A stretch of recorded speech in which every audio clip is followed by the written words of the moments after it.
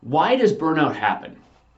There are a lot of people in today's society that are feeling burnout, and we're not talking about waking up and not feeling like going to work in the morning, because everybody has that from time to time, right?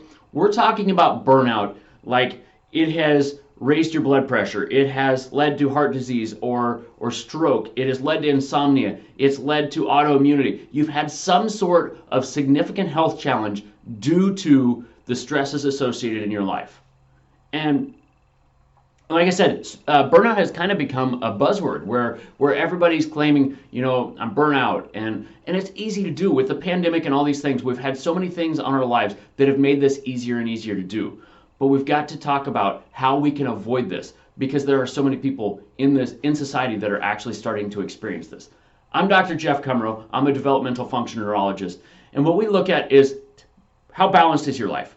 Physically, mentally, emotionally, how much balance do you have in your life? And what can we do to restore that? Left to right, front to back, top to bottom, inside, outside. How can we bring balance into your life? And I mean, that's what health is, right? If you have the ability to return to balance, you have the ability to be healthy. And in burnout, we see a lack of that.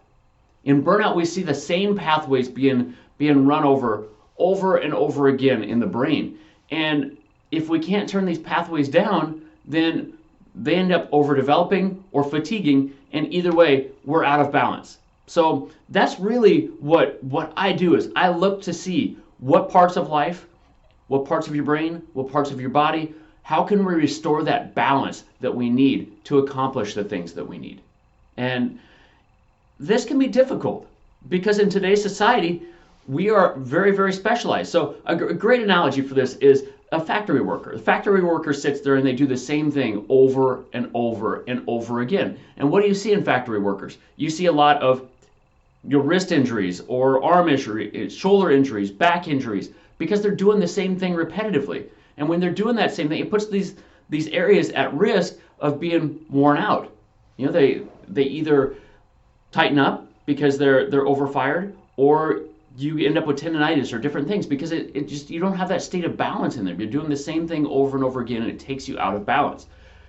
And that's a very good description, because when we look at society in general, most of us have become so specialized in what we do that we are burning through those same pathways. So being able to turn that off is a huge thing. But we've got things like cell phones, or we've got things like computers, where it's easy to go home and take work with us. We take a phone call from work, or we log onto the computer, or we have a bunch of work and then we go home and we still have other types of work that we have to get done, housework and playing with the kids and doing these different things. And while they're different, if they're driving those same pathways in the brain, you're still ending up with the same result, right? You're wearing down those same pathways and you end up in that exhausted, fatigued, burnout state. And I've had this twice in my life. The first time I had it in my life was right out of college. I didn't have a full-time job. I was struggling to find a full-time job, and I was working about 6 part-time jobs. With that, it was when I could, but they kind of expected me to be there. So I was getting about 4 hours a night of sleep, and it doesn't take long when you're tired, when you're doing the same things, when you're driving and driving and driving, to get burnt out. And I started losing weight. I lost about 20 pounds in about 3 weeks and ended up with the diagnosis of autoimmunity. Thought it was going to be I thought for sure I had cancer, but it ended up with a diagnosis of autoimmunity, and that's being taken out of balance. You would think I would learn from that, but the second time it was more of a family and work struggle. So I was working a lot of hours. We just had our second kid. My wife was very, very sick. She actually got diagnosed with autoimmunity at that same time. And there was a threat. We thought for a while she was going to lose her life. And it puts a lot of stress on you. You're working as hard as you can to keep everything running at the office. You come home, you've got all that housework, you've got to watch the kids, you're worried about family members. So, all that stress, it wore on me. And it destroyed my sleep. So the first time I wasn't getting the sleep, and the second time, stress destroyed my sleep. It's kind of ironic when you look at it that way. But both of these situations, there was a lack of balance in my life. I didn't have that ability to get balanced. And let's get this straight. To accomplish things in life, we have to get out of balance.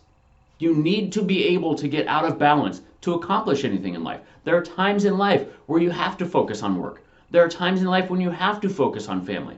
There are times in life when you have to focus on yourself. You know, our brain works that way. To accomplish things, we turn on a lot of activities with our left brain. We turn off activity with our right brain. We have to balance the front muscles with the back muscles. If we don't, we end up with injuries, right? So balance is all over in our life, and our ability to return to that balance is really where we see this. So if you have had burnout to this level, you hit the like button, the little thumbs up button down there, or put a comment in there. There are a lot of people that think that they're alone when they're in this situation. And it's easy to get into that because nobody wants to talk about this. But there are so many people in our society that are struggling with this same thing right now. And if you are willing to admit that you've had it, just hit that little thumbs up down there. You're not alone. And it's not your fault. I mean, this is what we're taught, right? We're told, go work hard, get a good job, go to college, do all these things. And it's not bad advice, right? I mean, everybody else is doing it, so it's not necessarily bad advice, but we've got to come up with a better way of doing it. And there are a couple exercises that we can do here. Like I said, what we do in our clinic is we look at what we can do to stimulate different pathways in the brain, or bring balance into the musculoskeletal system, or do different activities that are going to give us that emotional balance to help move us forward. Because having that ability, and it doesn't mean we have to like fire the exact ones to get 100% perfectly balanced. We have to have that ability to return to balance. And one of my favorite activities, one of my favorite techniques for finding the time and the activities that you want to do to move yourself forward is I can't remember the exact title of the video I wrote, is how to find time to do the things that you want to do, that find the things that are important for your life. So how to find the time. Look that up. It's a very good exercise. Basically what you're going to do is you're going to find the things that you want to do. So sitting down, taking the time to decide, who do I want to be 1 year, 5 years, 10 years in the future? And when you can have that framework to make decisions on what you're doing, it helps to make better decisions, right? So if we are putting ourselves in a situation where we're trying to move ourselves forward, is it in the direction that we want it to go? It's a very, very good activity. It's something that has helped me out tremendously. Not only finding the time, but helping me find those activities that are actually necessary in my life. You know, they're the ones that are going to move me forward. And it's helped me remove some of those unnecessary activities that really were just taking up time. Things that I thought were important, but they weren't moving me toward my goals. The things that I really wanted to do in life. So watch that video. It's a very, very good video. It's something that is going to help you out. But there are other things that we can do as well. You know, why are people that have hobbies more resilient to burnout? They're using different pathways, right?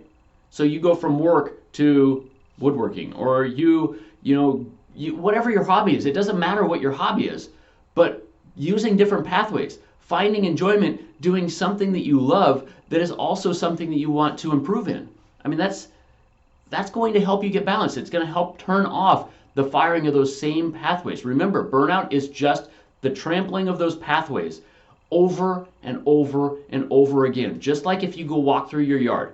If you walk through your yard every single day in the same path, pretty soon the grass gets worn out, the grass dies, and you have a path instead of a yard, right?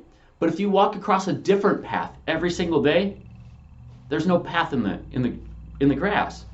And that's ultimately what we want to do, to get you out of a state of burnout. That is why burnout is happening. We are more specialized. We never turn it off. We have a lack of hobbies for the most part. How many people do you know that don't have hobbies? I know tons of people that don't have hobbies. And I hear all sorts of excuses for why people don't do the things that they need to turn things off. I don't have time. I'm so far behind at work.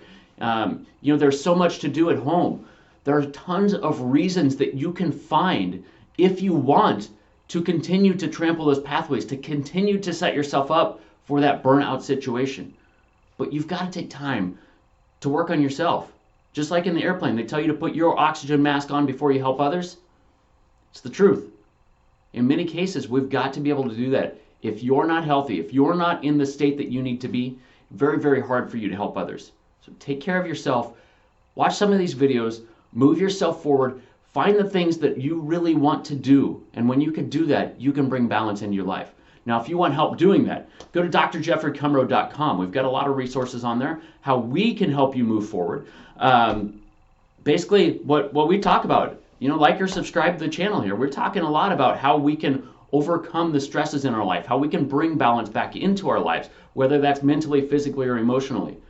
When we can have that, you get the opportunity to experience health, and that's something that too many people are taking for granted. I love you, I appreciate you, and I'll see you in the next video.